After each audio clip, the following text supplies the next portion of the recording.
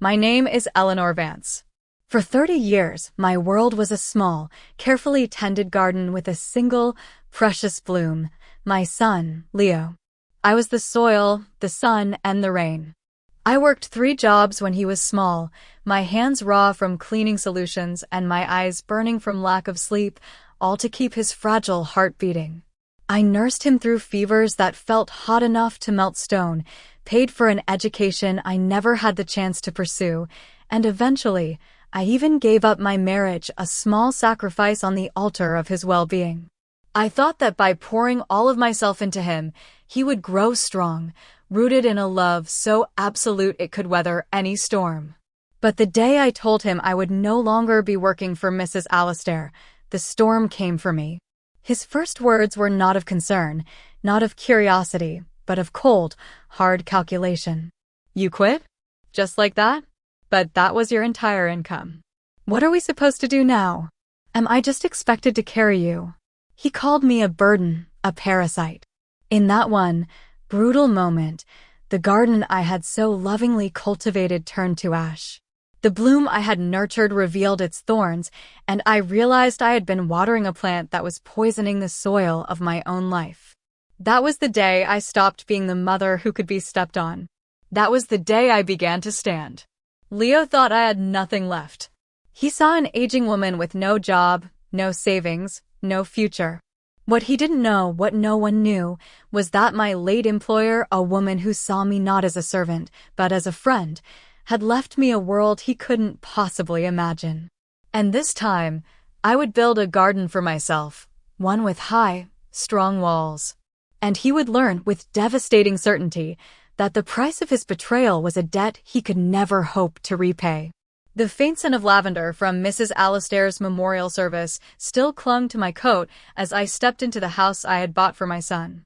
I'd just come from the lawyer's office, my head still swimming with numbers and legal terms that felt like they belonged to another person's life. A quiet, tremulous joy was blooming in my chest, a fragile hope for a gentler future. I found them in the living room, Leo, my son, his wife, Isabel, and her mother, Beatrice. The television was off, the silence thick with expectation. I had called ahead to say I was coming, that I had news. "I'm home for good," I said, my voice softer than I intended. "I won't be working for the Alastair estate any longer." I hadn't even had the chance to explain the circumstances of my departure, that Mrs. Alastair had passed, and my service was no longer needed before Leo's face clouded over. "You quit," he cut in, his voice sharp with an anxiety that bordered on anger. "Eleanor, that was your entire livelihood. What were you thinking? We have a mortgage, bills. How are you going to contribute now? Are you planning to just sit here?" The fragile joy in my chest withered. The word contribute landed like a stone. Did he truly believe, after all these years, that my first thought upon returning would be to become a freeloader? The sting of it was sharp, but I tamped it down. I knew the pressure he was under. Isabel's family had never approved of their union. Beatrice, a retired art history professor, and her husband, a circuit court judge, saw their daughter's marriage to the son of a housekeeper as a social catastrophe. They treated Leo with a kind of polite, corrosive disdain that had chipped away at his confidence for years.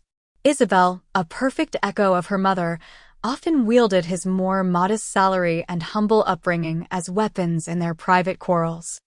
I had imagined this moment so differently. I thought that when they learned of the trust fund Mrs. Alastair had left me, a sum so vast it still felt unreal, over $10 million, they would finally see Leo not as a failure, but as a man of means. I thought it might buy him the respect he so desperately craved from them, but I held my tongue about the money. Not yet. Instead, I offered the other reason I had come home, a reason born of love. "Isabel, you and Leo mentioned you were thinking of starting a family soon. I thought I could be here to help. I could support you through the pregnancy, help you recover afterwards, and be here for the baby." Isabel's posture stiffened. A flicker of something, amusement, or perhaps contempt, crossed her face. "Postpartum recovery requires professional, clinical care, Eleanor," she said, her tone as sterile as a hospital room. You were a housekeeper. With all due respect, what would you know about that?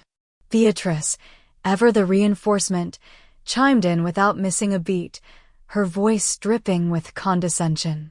Caring for a newborn is a science, my dear. It involves developmental psychology, nutritional science, sleep training methodologies. It's not simply a matter of diapers and lullabies. This is not a task for amateurs. They spoke in perfect, rehearsed tandem. In their eyes, my 30 years of raising a child, of nurturing a life from infancy to manhood, counted for nothing. I was unskilled labor. A quiet, bitter laugh almost escaped me, but I swallowed it. To keep the peace, I forced a smile. Of course. If you have it all arranged, I wouldn't dream of interfering. I'll leave the professional care to you. Beatrice gave a magnanimous nod, as if I had finally said something sensible. Excellent. In that case, you can cover the costs. We'll need a full-time nanny and a registered baby nurse for the first 6 months. I'll handle the vetting and hiring process myself. The air left my lungs. A tight, painful knot formed in my chest. Before I could process the audacity, my own son sealed the bargain. Exactly, Mom, Leo said, his tone one of strained reason. This is why you shouldn't have quit. Our expenses are about to skyrocket. You should have kept that job. And there it was, laid bare. They didn't want my help, my presence, my love. They wanted my income. I was not a mother returning to the fold. I was a revenue stream that had suddenly run dry. My face hardened, the forced smile dissolving. I am 60 years old, Leo. I think it is well past time I retired. Retire? Isabel's laugh was a sharp, ugly thing. You don't have a pension. You have no savings to speak of. What retirement are you talking about? Her words were a deliberate cruelty. Years ago, when I had wanted to contribute to a retirement fund, it was Isabel and Leo who had persuaded me not to. Put that money toward the mortgage, Mom, they'd said. Help us pay it off faster. We'll take care of you when you're older. Now, that sacrifice was being thrown back in my face as a mark of my foolishness. Isabel tossed her hair, a gesture of casual dismissal. That's because your income was so meager. Honestly, Eleanor, if you couldn't afford to save for retirement and buy a house, perhaps you shouldn't have bought one. It's called financial planning. Leo, sensing Isabel's rising irritation, turned his frustration on me. Enough, Mom. You're stressing Isabel out, and she's trying to conceive. This is when we need financial stability the most. You should be helping. You're in perfectly good health. You could work another 20 years, easily. We can talk about retirement when you're 80. Another 20 years. The words hung in the air, hollow and vast. I froze, gutted by a grief so profound it had no name. After every sacrifice, every meal I'd skipped, every holiday I'd worked, every dollar I'd funneled into their lives, I was still just a machine. A utility. My purpose was to produce, and my value was determined by my output. The promises of taking care of me were just pretty lies to keep the machine running. When Leo was in university, dating Isabel, I had uprooted my entire life. To appease her family and give the young couple a respectable start, I moved to a different city and took a position as a live-in housekeeper for the wealthy Mrs. Alastair. I worked for 10 years, saving every penny, to buy them this very house. They hadn't contributed a cent, yet their names were the only ones on the deed. I remembered them weeping with gratitude, promising, one day, Mom, we'll give you the life you deserve. I finally understood what that meant, a life of ceaseless labor until I was 80 years old. I fought back the tears that burned behind my eyes, my voice steady and cold when I spoke. I said I am retiring. That is my decision, and it is final. Beatrice must have sensed the shift in my tone, the steel beneath the softness. A flicker of alarm crossed her face, the fear that the money tap was truly being turned off. Her voice softened into a sly, manipulative purr. Eleanor, darling, we understand you're tired. But one must be realistic. As you know, there is no spare room for you here. You can't simply stay. But I may have a solution. She smiled, a thin, predatory curve of her lips.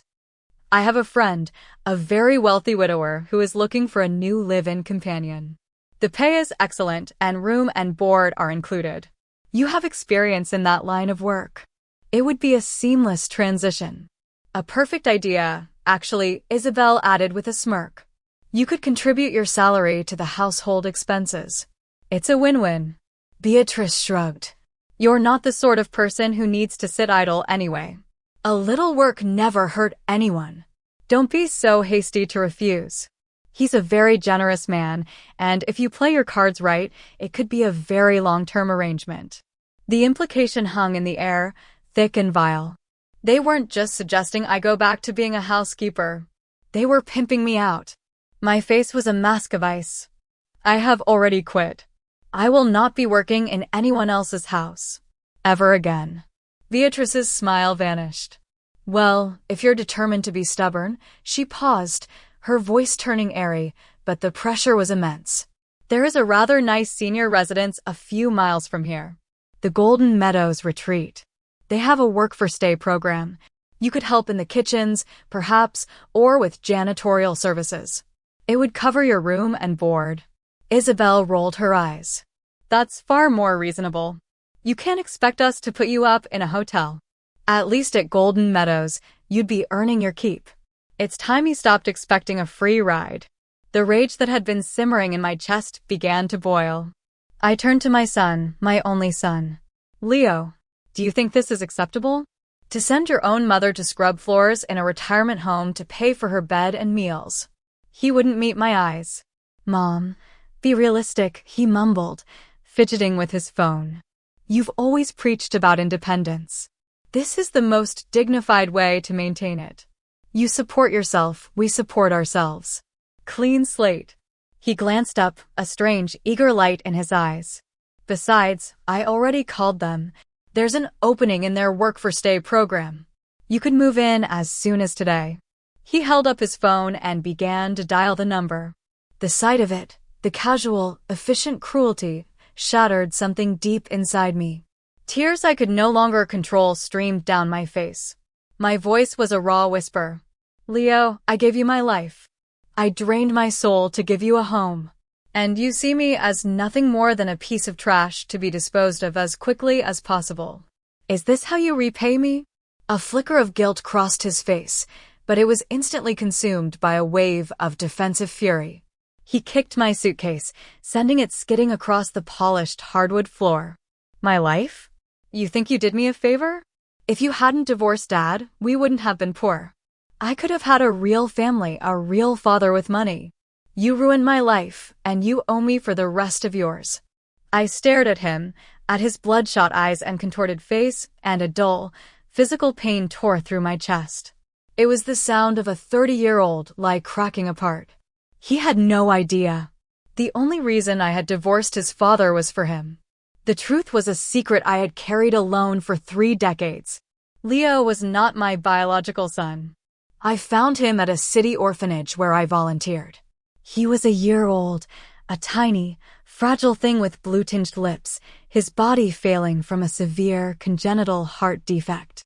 His birth parents had left him in a dumpster.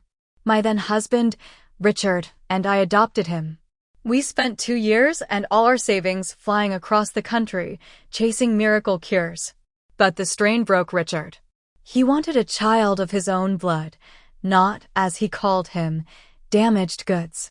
He gave me an ultimatum: send Leo back or leave. I chose Leo. Sending him back to an underfunded institution would have been a death sentence. So I worked. I cleaned houses, waited tables, sewed custom drapes at my kitchen table late into the night. And I saved him. He not only survived, he thrived. I never told him the truth. He was a sensitive, anxious child, and I couldn't bear to saddle him with the knowledge that he had been thrown away not once, but twice. I wanted him to believe that he was wanted, that he was loved unconditionally. I wanted to be the buffer between him and the world's cruelty. But I see now that in protecting him from the truth, I had created a monster of entitlement. A strange calm washed over me, the kind that follows a devastating storm. Thank God I hadn't mentioned the inheritance. If they knew about the $10 million, this ugliness would have escalated into something unspeakable. I looked at Leo, my gaze as cold and clear as a winter sky. If you are this heartless, then let it be so. From this moment, you and I are done. We are strangers. I bent down, my back aching, and picked up my suitcase. But as I turned to leave, Beatrice lunged forward and grabbed my arm. What are you saying? He is your son. You are responsible for him. You can't just walk away. Yes, what kind of mother are you? Isabel chimed in, her voice shrill with indignation. To raise a child and then abandon him? That is the height of irresponsibility. I laughed, a sound devoid of all humor. Beatrice, you are a professor, an educated woman. And that is your argument? A parent's legal obligation ends at 18. I have supported him into his 30s. My debt is paid. Leo's face twisted in a sneer. That wasn't a debt. That was your guilt. Did you ask my permission before you decided to bring me into this world? The sheer raving absurdity of it almost made me gasp. He sounded genuinely unhinged. I looked at him as if for the first time. I must have been blind, I said softly, to have raised someone like you. And if you have such profound philosophical questions about your existence, perhaps you should ask your birth mother. The one who left you in a dumpster to die. He stared, his face a mask of confusion and rage. I don't know if the words even registered. It no longer mattered. I shook Beatrice's hand off my arm and walked out of the house, out of the life I had built, without a backward glance. You're disowning him. You're not human. Beatrice shrieked from the doorway. Don't be so proud, Eleanor. When you're old and sick and alone, let's see how far your independence gets you. No one will hire you. When you hit rock bottom, don't you dare come crawling back to us. I paused at the top of the walkway and turned slowly. You should be more concerned about yourselves, I said, my voice carrying clearly in the quiet suburban street. This house you live in, the one you seem to believe is your birthright, was purchased with every last cent I earned over 10 years. If I decide I want it back, I wouldn't be so certain you'll have a roof over your heads. Isabel stormed to the door, her face livid. Don't you dare. This house is in my name and Leo's. It is legally ours.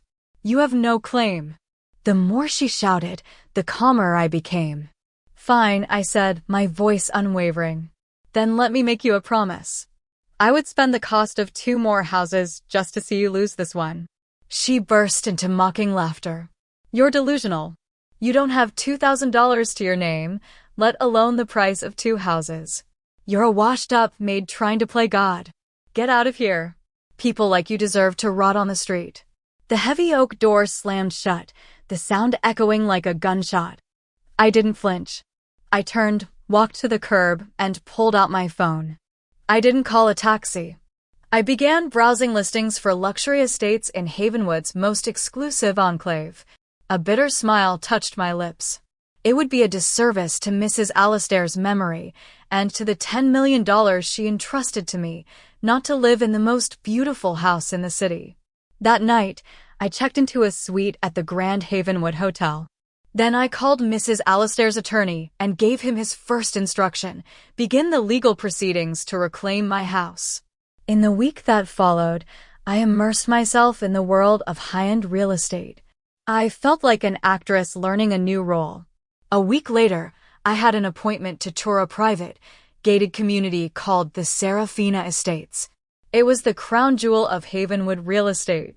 I had no idea that the agent showing the property would be Beatrice's own niece, Cora. The sales gallery was a symphony of hushed wealth, gleaming marble floors, champagne on ice, and the low murmur of serious money. I had just stepped inside when a young woman with a kind smile and eager eyes approached me. Good afternoon, ma'am.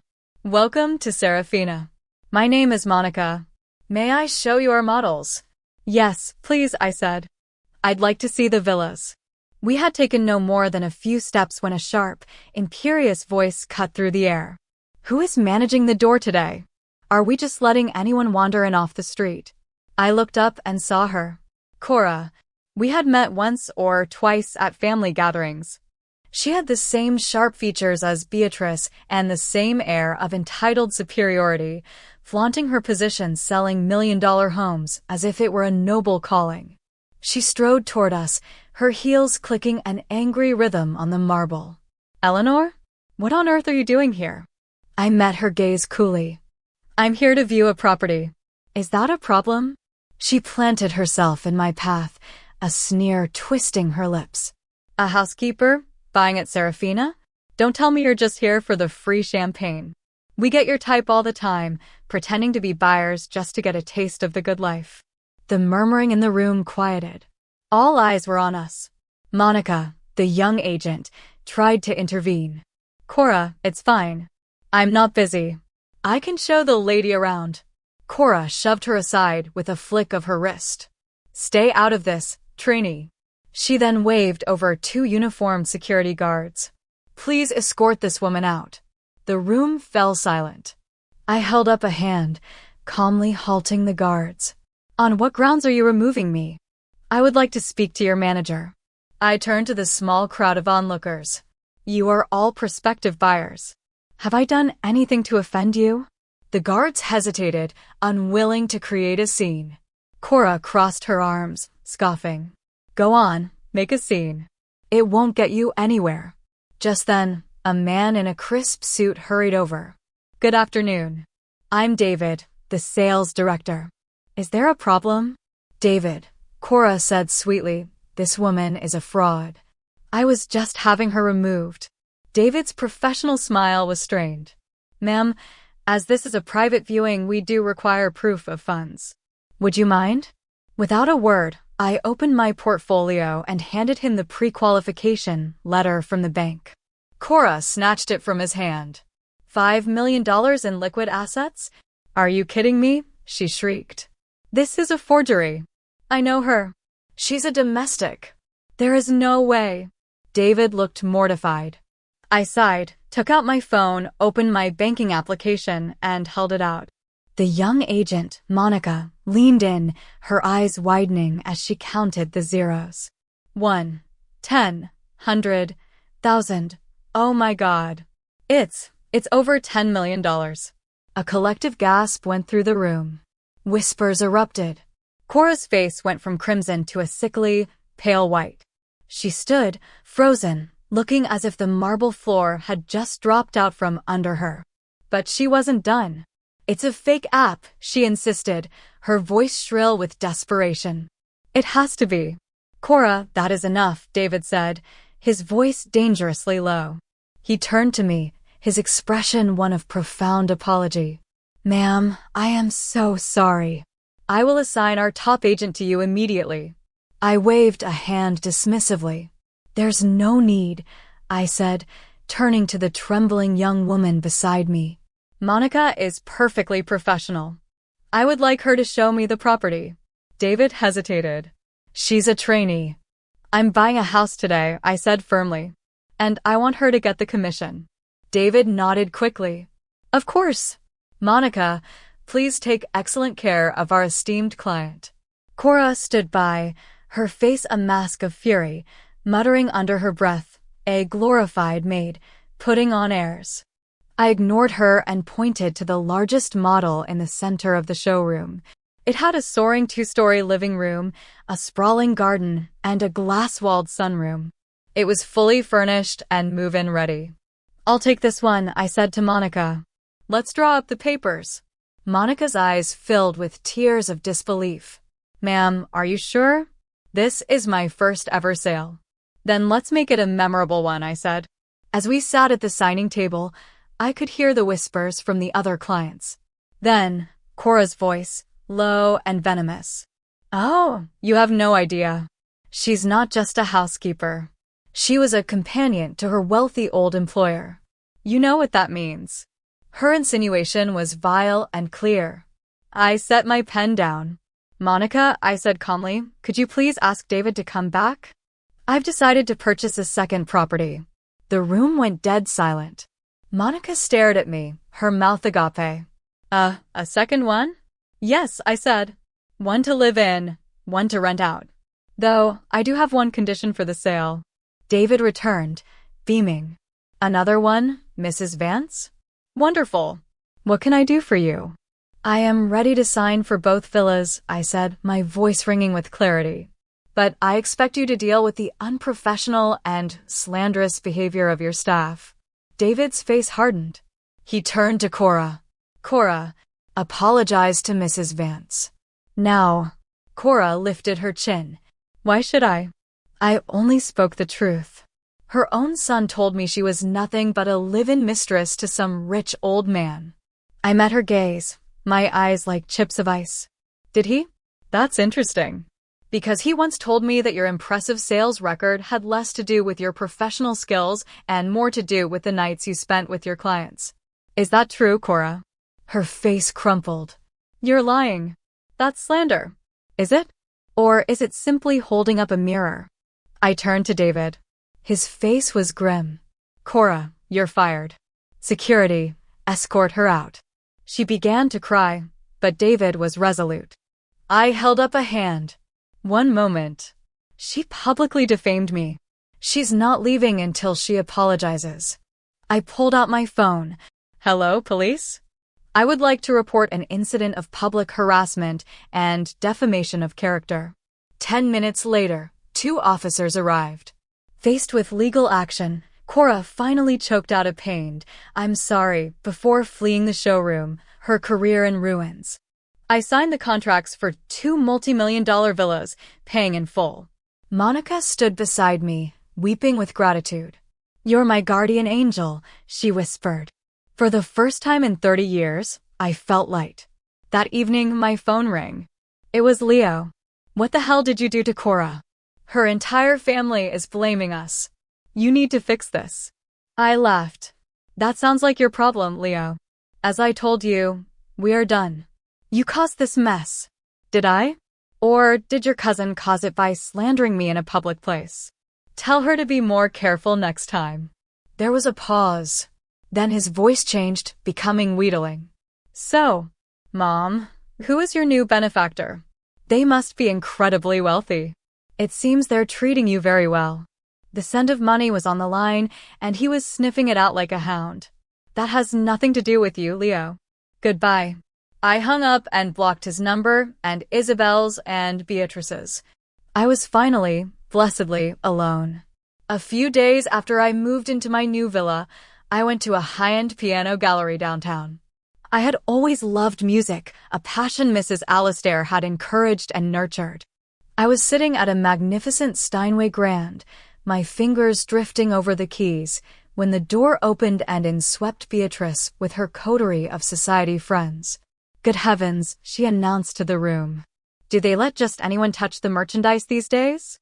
Her eyes landed on me. Eleanor? Did you wash your hands? One can't be too careful. Her friends tittered. Is that the housekeeper-in-law you mentioned? One asked, not bothering to lower her voice. Tries to act classy, but look at that handbag. It's a knockoff, said another. A sales associate approached me. Please, ma'am, continue. The pianos are here to be played. I smiled at him and began to play the first haunting notes of Chopin's Nocturne in E-flat major. Beatrice's friend scoffed. What is that noise? It's dreadful. But as the melody filled the showroom, a group of young music students who had just entered gathered behind me, listening intently. When I finished, they burst into applause. That was incredible, one of them said. The phrasing, the emotion. You're a true artist. Beatrice looked utterly baffled. How could the lowly Eleanor possess such a skill? The truth was, this, too, was a gift from Mrs. Alastair, who had paid for my lessons for years, insisting that a soul needed art as much as a body needed food. So, what if she can play? Beatrice's friend snapped, recovering her composure. If you're so impressive, let's see you buy it. I had already chosen a beautiful Bosendorfer. I calmly handed my card to the associate. This one, please. Certainly, ma'am. That will be $180,000. The transaction went through. I signed the invoice, Eleanor Vance. Beatrice's friend turned on her. You said she was a kept woman. That the villas weren't really hers. Beatrice strode over to me, her face a storm of confusion and envy. You bought this? And the villas? Where did you get this kind of money? Every dollar was earned legally and honorably, I said coolly. I don't believe you. You must have scammed someone. At the word scam, another woman in their group, who had been quiet until now, let out a choked cry. Scammer. She whipped out her phone, her hands shaking. Police. There's a con artist here. She lunged at me, hysterical, and had to be restrained by the staff. It turned out she had lost her life savings to a pyramid scheme a year prior.